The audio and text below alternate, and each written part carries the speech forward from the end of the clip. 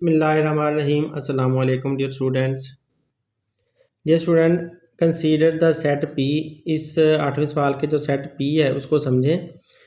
Is equal to P वाला जो set है वो बराबर है एक्स वाइल एक्स एक्स जबकि एक्स का ताल्लुक है X is equal to 5m। X जो है वो 5m के बराबर है और यहाँ पर जो m है वो बिलोंग्स टू n, उस m का ताल्लुक n के साथ है। ये जो स्मॉलर m लिखा हुआ है उसका ताल्लुक कैपिटल n के साथ है। n नेचुरल नंबर होते हैं 1 2 3 4 वगैरह। और एक सेट तो ये हो गया ना p वाला। अब q वाला सेट दिया है, q set is equal to X while X is equal to 2m X जबकि x बराबर है 2m के। और यहाँ पर जो m है उसका भी ताल्लुक नेचुरल नंबर के साथ है। m belongs to n, m का ताल्लुक नेचुरल नंबर के साथ है। Find p intersection q, p और q का इंटरसेक्शन फाइंड करना यानी कि उनका कॉमन ढूंढना है।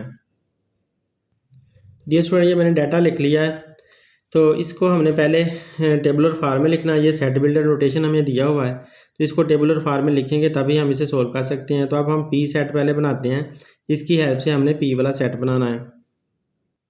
तो डियर स्टूडेंट, हम पी सेट बनाते हैं। P set set builder notation से कैसे हमने टेबुलर फॉर्म में लेकर आना है। तो देखें इसमें जो है ना वो कह रहा है m belongs to n, n के साथ m का ताल्लुक है। इसका मतलब है कि हमें नेचुरल नंबर चाहिए। नेचुरल नंबर क्या होते हैं 1 2 3 4, ऐसे ही चलते जाते हैं जहाँ तक हम गिन सकते हैं वहाँ तक गिने जाते हैं, तो इन्फिनिटी तक जाते हैं। तो ये n मैंने लिख लिया। अब उसने कहा कि x is equal to 5m, तो आप यहाँ पर लिख लो x is equal to 5m।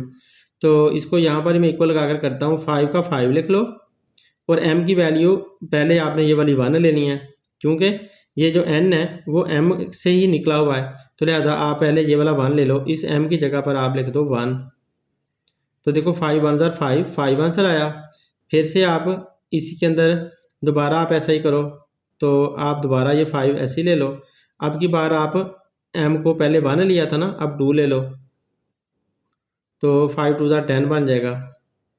फिर आप 5 और फिर आप 3 ले लो, ये 3 5 3 ज़ार 15। तो देखें जैसे जैसे ये नंबर बढ़ते जा रहे हैं वैसे 5 10 15 आगे 20 आ जाएगा, फिर 25 आ जाएगा, फिर 30 आ जाएगा। तो इस तरह से ये नंबर निकलते आएंगे।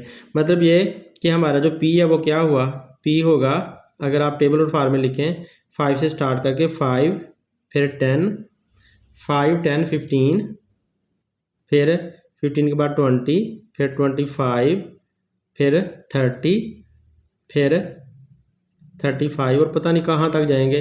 जितना सा आपका दिल करता है आप उतने से लिख लो। तो ये जो है ना इसी तरह के एलिमेंट हमें मिलेंगे। मतलब 5 के टेबल में आने वाले जितने भी एलिमेंट है ना वो सारे के सारे हमें पी सेट के अंदर दिखा दिए उसने। तो डियर स्टूडेंट, अब इसी तरह से हम क्यू को निकालते हैं। तो क्यू में भी उसने कहा है कि जो m है उसका ताल्लुक n के साथ है। तो इसका मतलब है हमें नेचुरल नंबर लिखने होंगे। नेचुरल नंबर 1 2 3 4 ऐसे ही सारे चलते जाते हैं, पता नहीं कहाँ तक जाते हैं। तो उसके बाद हमें क्या करना है, इसको लिखना है ताकि हम अपना सेट बना सकें।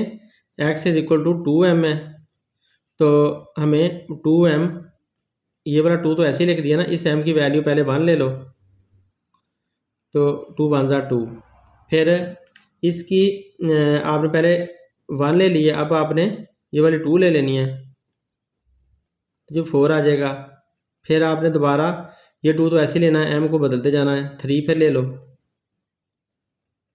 6 आ गया। तो यहाँ से हमें पता चल रहा है 2 4 6 8 10 12 इस तरह के नंबर आ जाएंगे।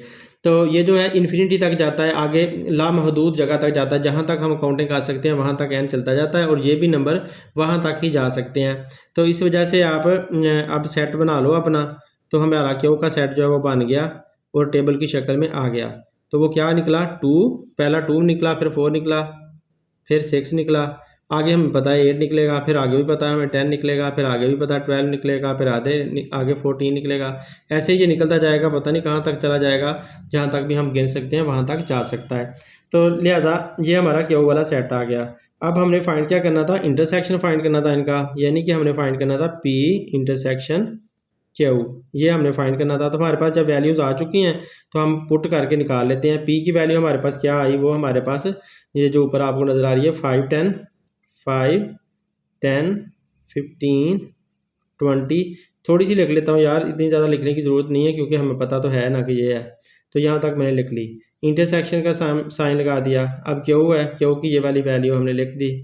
तो ये क्या है 2 4 6 8 वगैरह, ये इंटरसेक्शन लगाकर हमने ये लिख लिया। देख लो इधर पी है ना, तो मैंने पी वाला सेट लिख लिया। इधर इंटरसेक्शन है तो इंटरसेक्शन का साइन लगा दिया। इधर क्यू है तो मैंने क्यू वाला सेट लिख दिया।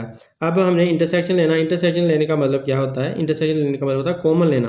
दोनों के अंदर से आप लोगों ने कॉमन ढूंढ कर लिखने हैं। तो कॉमन देखो यहाँ पर 5 है तो इधर 2 है, तो ये तो कॉमन नहीं है। 10 है इधर, इधर भी 10 आ जाएगा ना, 8 के बाद यहाँ पर 10 आ जाएगा।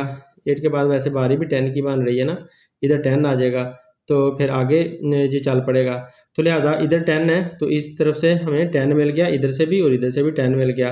अब देखो इधर 20 आया तो उसमें 20 आएगा कि नहीं आएगा? लाजमी, क्योंकि 2 वाले टेबल में 20 आता है तो उधर से 20 आ जाएगा।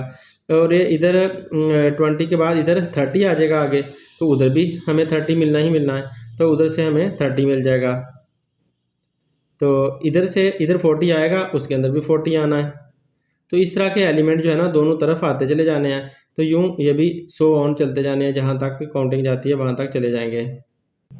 तो डियर स्टूडेंट यही इसका आंसर है। उम्मीद है आप लोगों को वीडियो पसंद आएगी। अगर पसंद आती है तो लाजमी शेयर करें। अपना बहुत सा ख्याल रखें। अल्लाह हाफिज़।